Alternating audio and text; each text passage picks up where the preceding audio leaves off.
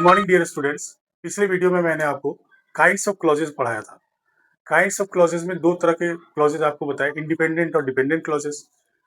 Independent clauses कभी coordinate clauses के रूप में यूज होते हैं, कभी प्रिंसिपल या मेन क्लॉज के रूप में यूज होते हैं, जबकि डिपेंडेंट क्लॉजेस हमेशा सबऑर्डिनेट क्लॉज के रूप में यूज होता है। अब सबऑर्डिनेट क्लॉजेस में तीन काइंड्स आते हैं। कौन कौन से? नाउन क्लॉज, एडजेक्टिव क्लॉज और एडवर्ब क्लॉज। अब पहले हम पहचान लेते हैं क्लॉजेस को। यहां आप देखिए, he said that he would come, ये that he would come object है। I don't know what this is, ये सबऑर्डिनेट क्लॉज है और ये भी एक ऑब्जेक्ट है। और that he will come is not sure, इस सेंटेंस का ये एक सब्जेक्ट है जो कि एक सबऑर्डिनेट क्लॉज है। तो ऑब्जेक्ट या सब्जेक्ट, देखिए ये भी एक ऑब्जेक्ट और ये है एक सब्जेक्ट। कोई किसी भी सेंटेंस का ऑब्जेक्ट या सब्जेक्ट क्या होता है? नाउन होता है।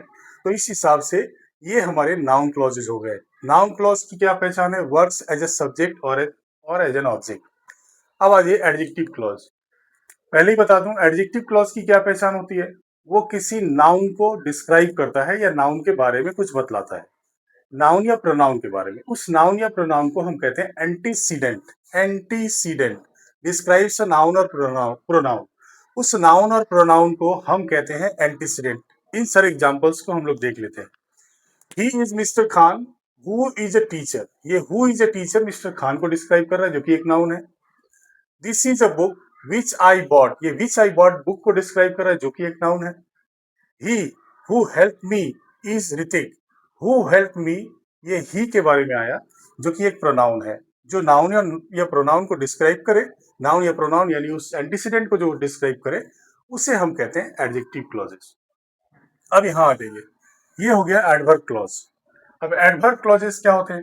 एडवर्ब क्लॉजेस जनरली शो करता है time, place, manner, reason, result, purpose, condition, comparison, concession और एक्सटेंशन। इतना लंबा सा लिस्ट है, इसको याद करने के लिए मैंने एक छोटा सा एक्रोनिम आपको बना दिया, TMPR²E। टेम्परेट कह सकते हैं आप, जैसे time, manner, place, reason, result, extension और कंडीशन, कंपैरिजन, कंसेशन। अब आप देख लीजिए, the train came after I reached, ये आफ्टर आई रीच्ड जो हुआ ये टाइम बतलाया ट्रेन के आने का।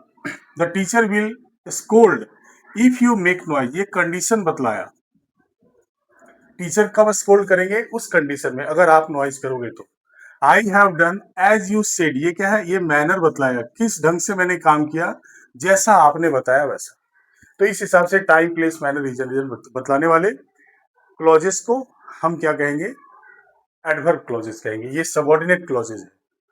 अब एक बात याद रखिए, जो नाउन क्लॉज होता है, एक बार फिर से मैं कहता हूं, नाउन क्लॉज क्या होता है? सब्जेक्ट या ऑब्जेक्ट के रूप में वर्क करता है। ये हमेशा व्हाट को आंसर करता है। जैसे मान लीजिए ही said that he would come, what he said या व्हाट डिड ही से, व्हाट के आंसर में आएगा that he would come. I don't know what this is, what you do not no, what this is, I do not no what this is. ये हो गया क्या? Object हो गया, या ये व्हाट का आंसर कर रहा है। That he will come is not sure, what is not sure, what के आंसर में। एडजेक्टिव क्लॉज हमेशा आंसर करता है हु, विच और विच पर्सन, प्लेस और थिंग। जैसे he is mister Khan who is a teacher, who is mister Khan, who का answer हुआ। This is the book which I bought, which book did you buy, which का answer किया, which thing, है ना। He who help me is Hrithik, who is he, यहां देखिए who का answer किया। तो इस हिसाब से, और जिस तरह के एडवर्ब क्लॉजेस जिस तरह की चीज को आंसर करेगा वैसा क्वेश्चन बनेगा। जैसे when you reach station, I reach station after the train came, after the I reach station, when the train came. यहां आ जाइए, if the teacher will scold if you make noise, in which condition, ठीक है। या I have done as you said, how you did, manner बतलाया। लेकिन याद रखिएगा, व्हाट, विच, हाउ, वेयर से सेंटेंस के या सबऑर्डिनेट क्लॉज के काइंड्स डिफाइन नहीं होते। यहाँ पे तीन एग्जाम्पल मैंने लिखा, where she lives, where she lives, where she lives, ये तीनों क्या है?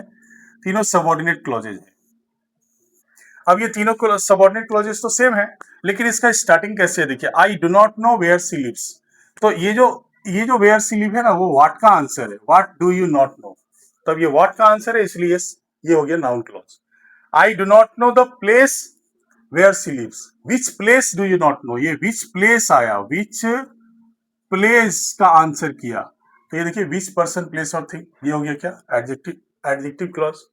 और one day I will go where she lives, कहां जाओगे तुम, वेयर विल यू गो, ये वेयर का आंसर किया, तो ये हो गया क्या एडवर्ब क्लॉज।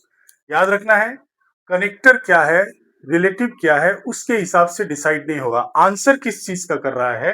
व्हाट का आंसर किया तो noun clause, which place person और थिंग का आंसर किया तो एडजेक्टिव क्लॉज, और where why how when in which condition, इन सारी बातों का आंसर जो करता है क्लॉज वो होता है एडवर्ब क्लॉज।